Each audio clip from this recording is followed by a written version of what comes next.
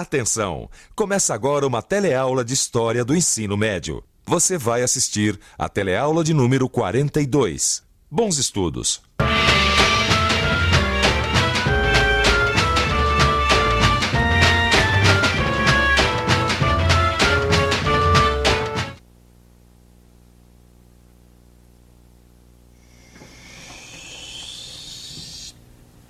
Oi. Bem, pode não parecer, né? Mas isso aqui tem muito a ver com a nossa teleaula de História do Brasil de hoje. Porque a gente vai estudar hoje justamente o período de modernização do Brasil na época da economia cafeeira. Bem, e você quer um símbolo melhor para a modernização daquele período do que esse aqui?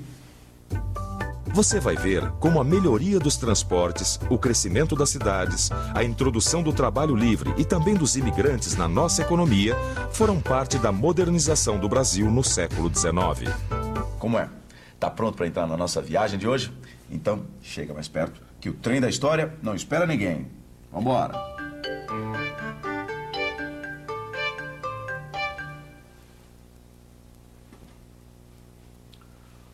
Ô, Vicente. Oi? Onda Verde? Onda Verde. Que livro é esse? É sobre ecologia? Não. Esse livro interessa pra gente como relato histórico. Ó, presta atenção nesse pedaço, olha que bonito. A Onda Verde nasceu humilde nas terras fluminenses. Tomou vulto e desbordou para São Paulo. Bonito, né? Onda Verde em São Paulo? Peraí. Ó, aqui, ó. Conta ó, essa história. Continua ouvindo. Aí começa o mestre Café a perceber que estava em casa. Sim. A região era toda um mataréu virgem de majestosa beleza. Não é bonito? Por isso que a Onda Verde significa a invasão do café no interior de São Paulo? Exatamente. O Monteiro Lobato, o autor aqui, ele disse que o café encontrou o lugar ideal para crescer aqui em São Paulo. Então é por isso que ele dizia que o café estava em casa. Porque o café encontrou aqui um solo excelente, um clima muito bom e terras em grande quantidade. Você quer ver? Olha, deixa eu mostrar aqui.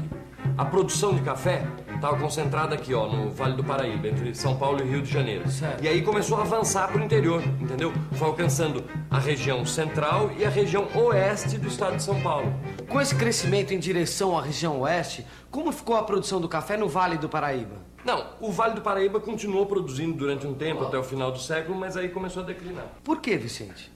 Porque os produtores não apostaram na modernização, entendeu? Eles não conseguiram introduzir nas suas lavouras de café a nova mão de obra.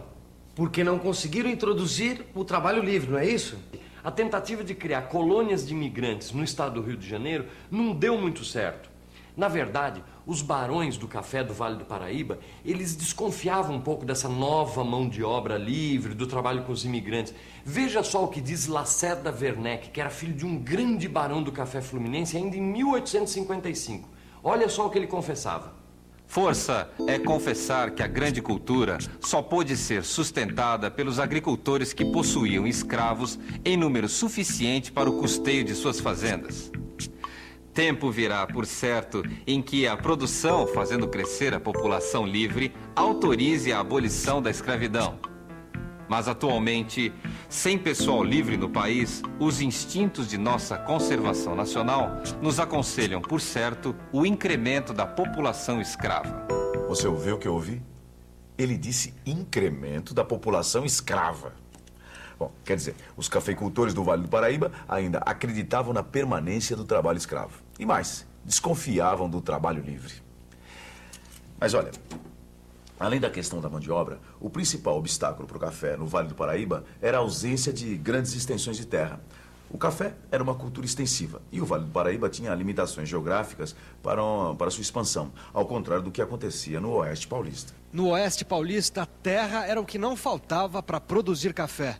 Tanto assim que as matas do interior todo iam sendo derrubadas e fazendas e mais fazendas de café iam sendo formadas. Eram tantos os novos cafezais que começou a acontecer a falta de braços para trabalhar nas lavouras. Por causa dessa falta de braços, é que a tecnologia foi sendo introduzida nas fazendas de café de São Paulo. Na década de 1880, o café já era transportado, pilado, descortiçado, escolhido, brunido, ensacado e pesado mecanicamente. Na falta de braços, criavam-se os braços mecânicos. Mas o grande braço mecânico que levava o café até o porto para exportação era o trem de ferro. construção de estradas de ferro no século XIX para facilitar o escoamento da produção foi o maior sinal da modernização que veio com a expansão do café.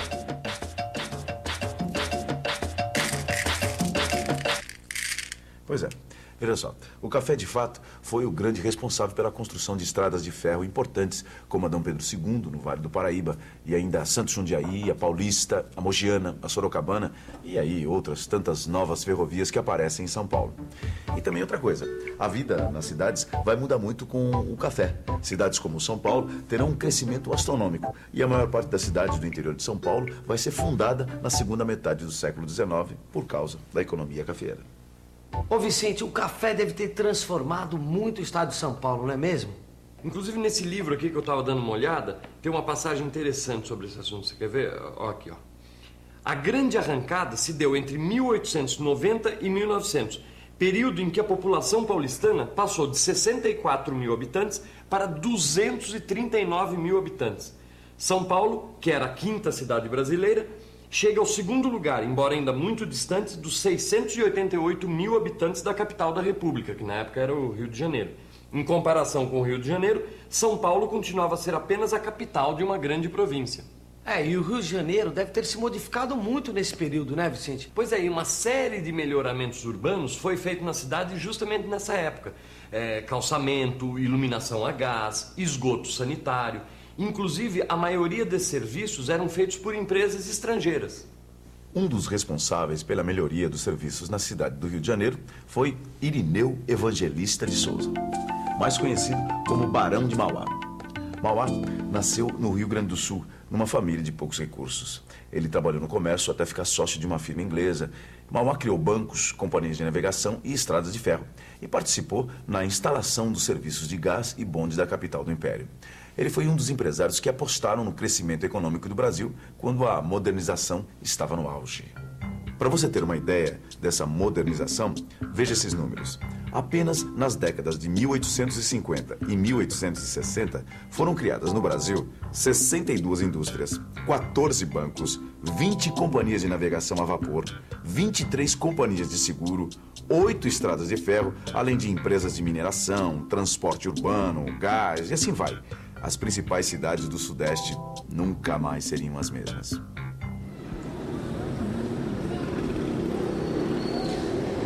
Nas cidades do Rio de Janeiro e de São Paulo, os hábitos da população foram se transformando rapidamente. Com a facilidade no transporte, os fazendeiros mudaram-se para as cidades para usufruir dos serviços, participar de perto da vida política e investir em novos negócios. Foram construídos hotéis, praças e jardins. Toda essa modernização tem tudo a ver com um novo elemento na cultura brasileira: o imigrante. A imigração europeia em massa foi estimulada pelo governo imperial brasileiro. O plano do governo era, por um lado, ocupar regiões ainda despovoadas e, por outro, abastecer com trabalhadores livres as grandes fazendas de café. Naquela época, entre 1846 e 1875, mais de 9 milhões de europeus deixaram a Europa fugindo da pobreza. A maioria deles seguia para os Estados Unidos. Foi a maior migração de povos já ocorrida até então na história. No Brasil, a história da imigração começa em 1818, com a colônia suíça de Nova Friburgo. A imigração era subvencionada pelo Estado e teve maior impulso na região sul do país. A fundação de colônias alemãs e italianas no Rio Grande do Sul e em Santa Catarina deu origem a muitas das principais cidades do sul do país. As áreas dessas colônias até então eram pouco povoadas e o Império tinha o maior interesse em consolidar a sua ocupação. Já na região sudeste do Brasil, a história era outra. No sudeste do país, a colonização servia principalmente para abastecer as fazendas de café com trabalhadores. Minas Gerais e Rio de Janeiro ainda possuíam escravos suficientes para o trabalho, mas em São Paulo continuava a falta de braços na lavoura. Por isso, a maioria dos imigrantes que chegava por aqui acabava nas fazendas de café. Você pode imaginar que eles tiveram vários problemas de adaptação e o sistema de parceria entre o imigrante e o dono da fazenda não deu certo. Ô Vicente, quer dizer que o sistema de parcerias não deu certo? Não, A tentativa de se fazer colônias de parcerias aqui no estado de São Paulo, na metade do século passado, foi um verdadeiro fracasso, Gil. Ué, peraí, mas por quê? Ué, por quê? Porque a ideia era pegar o lucro da venda do café e dividir entre o fazendeiro e o colono, tá certo? Só que na hora de dividir, o fazendeiro apresentava uma conta enorme para o imigrante, cobrando a viagem para o Brasil, as despesas com a família, as despesas de manutenção, entendeu? Então... Ah, já entendi. Quer dizer que o imigrante já chegava aqui sem saber, já estava endividado. Exatamente. E todo o trabalho dele era para pagar a dívida. Exatamente. Essa situação só foi mudar 30 anos depois, lá por 1870, mais ou menos. Ah, foi quando o governo da província de São Paulo começou a pagar a mão de obra imigrante. Exatamente. A chamada imigração subsidiada. E com isso a imigração cresceu muito. Ela cresce rapidamente porque com a imigração subsidiada, o imigrante consegue melhores condições de trabalho nas fazendas de São Paulo. Veja só, o imigrante tem casa para morar, pasto para criar animais e mais 1 hectare de terra para plantar o necessário para o seu sustento. E ainda uma determinada quantia por ano como pagamento pelo cultivo de 1000 pés de café. Bom, aí sim, com esse sistema, novas possibilidades se abrem para o imigrante. Tanto para o imigrante quanto para o fazendeiro fica resolvida com vantagens a substituição do trabalho escravo pelo trabalhador livre. O processo de substituição do escravo pelo trabalhador livre foi bastante discutido pelas elites brasileiras da época. Alguns ainda consideravam a escravidão africana como um mal necessário. Outros acreditavam que o imigrante iria melhorar a nossa raça com sangue europeu. Enquanto isso, o trabalhador nacional ficava à margem. Bom, o brasileiro era considerado pelas elites como um preguiçoso, que não prestava para o trabalho. E isso influenciava ainda mais a vinda de imigrantes para o Brasil, ficando para os brasileiros o desemprego. Como você pode ver, o preconceito era muito comum naquele tempo. Mas e hoje em dia? Como é que você acha que é? Pense um pouco, mas depois de assistir à revisão da nossa teleaula de hoje. E atenção, se liga aí que é a hora da revisão. Na nossa teleaula de História do Brasil de hoje, a gente viu como o café impulsionou a modernização do Brasil Império. E vimos quais foram as principais consequências dessa modernização. O crescimento das cidades, a introdução do trabalho livre e a vinda dos imigrantes, principalmente para as regiões sul e sudeste do Brasil. Então, pessoal, pronto para outra? Bom, para ficar pronto mesmo para a nossa próxima teleaula, eu sugiro que você dê uma boa olhada no seu livro, hein?